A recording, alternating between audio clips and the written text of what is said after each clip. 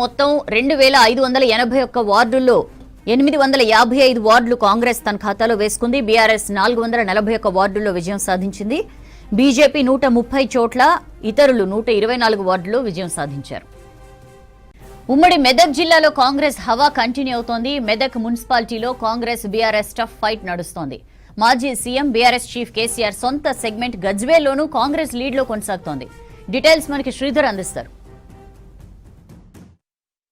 Municipal ఎన్నికల counting కొనసాగుతుంది. ప్రత్యేకించి ఉమ్మడి మెదక్ జిల్లాలోని 19 మున్సిపాలిటీల్లో కూడా అన్ని మున్సిపాలిటీల్లో దాదాపు మొదటి రెండో రౌండ్ ఫలితాలు కూడా వస్తున్నాయి. ప్రత్యేకించి ఇటు సిద్దిపేట జిల్లాలోని గజ్వేల్ మున్సిపాలిటీపై సర్వత్రా అందరూ రిజల్ట్స్ పైన ఆసక్తి కనబరుస్తున్నారు. ఆ రిజల్ట్స్ పైన ఉత్కంఠగా ఎదురు చూస్తున్న పరిస్థితి.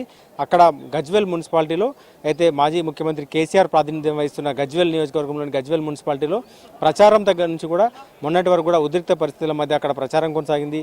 ఆ నిర్వాసిత కాలనీలు కావచ్చు, ఇక్కడ ఎట్లాంటి రిజల్ట్స్ రాబోతుంది అనే కోణంలో అక్కడ అయితే గజ్వేల్ మున్సిపల్ రిజల్ట్స్ పైన సర్వత్రా అక్కడ ఎదురు చూస్తున్నటువంటి పరిస్థితి ఉంది. సో అక్కడ అయితే గజ్వేల్ మున్సిపాలిటీలో ఆ రిజల్ట్స్ కోసం సర్వత్రా అయితే జనం ఎదురు చూస్తున్నటువంటి పరిస్థితి. గజ్వేల్లో 20 వార్డులు ఉన్నాయి. మొత్తం 14 టేబుల్లో 2 రౌండ్లో అక్కడ అయితే కౌంటింగ్ జరుగుతుంది. మొదటి రౌండ్లో 8th వార్డులో కాంగ్రెస్ లీడ్లో ఉంది. పునరావాస కాలనీలో ఉన్నటువంటి ఆ కాంగ్రెస్ లీడ్లో కనిపిస్తుంది. 4th వార్డులో కూడా కాంగ్రెస్ లీడ్లో కనిపిస్తుంది.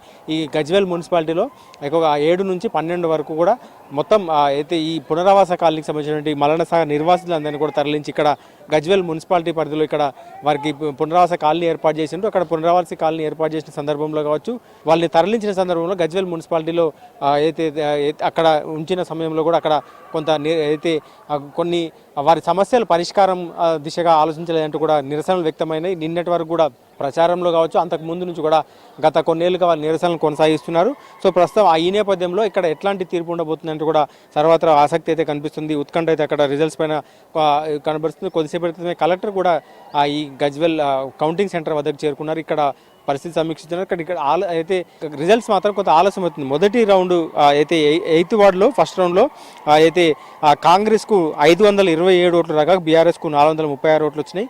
బీజేపీకి 21 ఓట్లు, రిజెక్టెడ్ 15, 102. సో పునరావాస కాలనీకి సంబంధించిన గగ్లోత్ రమేష్ ఇక్కడ 91 ఓట్లతో మొదటి రౌండ్లో లీడ్లో ఉన్నాడు. దాంతోపాటు ఇటు 4th వార్డులో కూడా కాంగ్రెస్ తన అయితే లీడ్ అయితే కనిపిస్తోంది. సిద్దిపేట జిల్లా గజ్వేల్ ప్రజ్ఞాపూర్ మున్సిపాలిటీలో ఉన్నటువంటి అయితే ఈ 4th వార్డులో అయితే ఫస్ట్ రౌండ్లో 383 ఓట్లతో కాంగ్రెస్ లీడ్లో ఉంది. ఇక్కడ కాంగ్రెస్ అభ్యర్థి షర్ఫుద్దీన్ 76 ఓట్లతో లీడ్లో ఉన్నారు. 6వ వార్డులో మాత్రం కొద్దిగా అయితే బీఆర్ఎస్ స్వల్ప మెజారిటీతో లీడ్లో ఉన్నటువంటి పరిస్థితి ఉంది.